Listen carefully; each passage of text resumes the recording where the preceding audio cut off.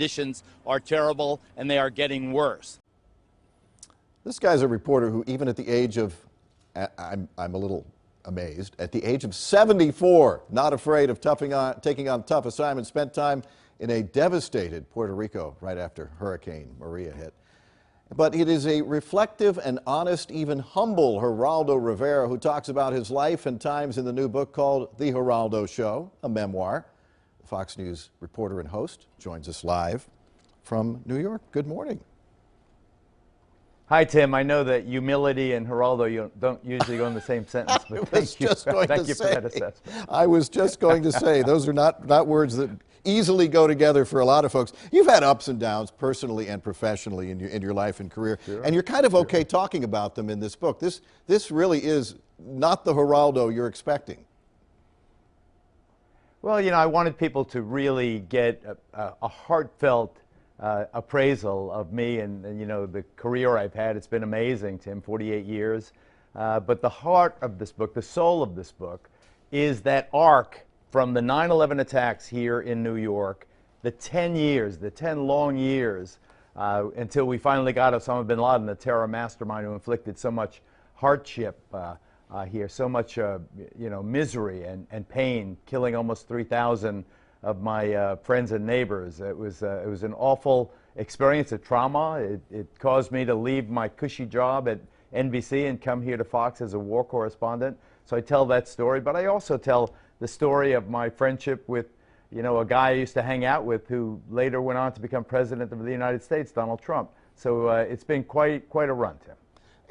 And as you talk about Donald Trump, I mean, do you believe that he is a true conservative as he is trying to portray himself right now? A lot of Republicans are skeptical that this guy is a true conservative.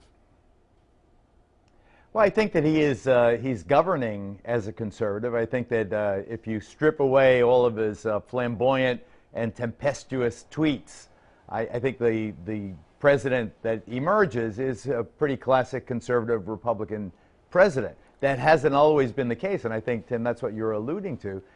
You know, I've known him for 40 years. When I interviewed him about running for president back in the 1990s, he was going to be on the Reform Party ticket, and his politics were a lot like Hillary Clinton in terms of a woman's right to choose, or immigration reform, or even gun control.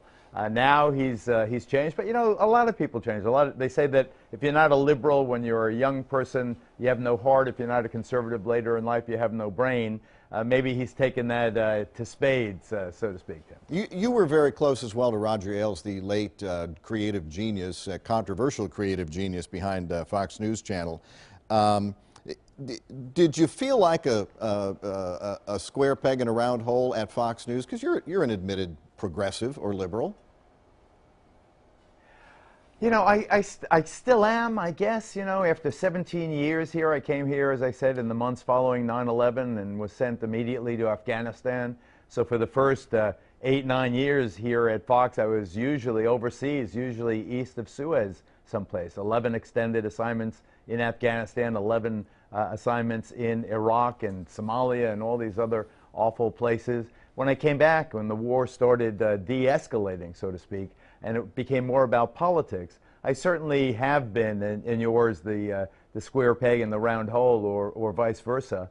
But the thing that I learned here, and I think this is the message of the book, certainly it's the message. You saw Roseanne last week. Right. Roseanne is my family. My wife doesn't like the president because she doesn't like his policies. I like the president. He's always been gracious to me and my family. He's always been a good friend to me, even though I disagree with him on his policies. My best friend in this building is Sean Hannity. Sean and I don't agree on almost anything, but I think one of the messages of this book is that we can find common ground. We can you know, be in this together and help solve some of these problems rather than being at odds. Right now it just seems to me that the country is so bitterly divided. President Trump gets the worst press of any president since Andrew Johnson, who in the 19th century, who was impeached, for goodness sake. You know, and I think that everything he does is construed in the most vile way possible, the most hateful way possible, and I lament that. I want my example of my friendship to Sean Hannity, my friendship with the President of the United States, to be a lesson to folks that we can disagree without being disagreeable to him. Geraldo, always great talking to you. We're out of time, unfortunately. I'd love to go on forever, but we've got a link to the book, The Geraldo Show, on fox4news.com. Thanks for spending some time with us. Thank you, mate. All right, it is 29 minutes after 7 o'clock. We have more to come here on Good Day.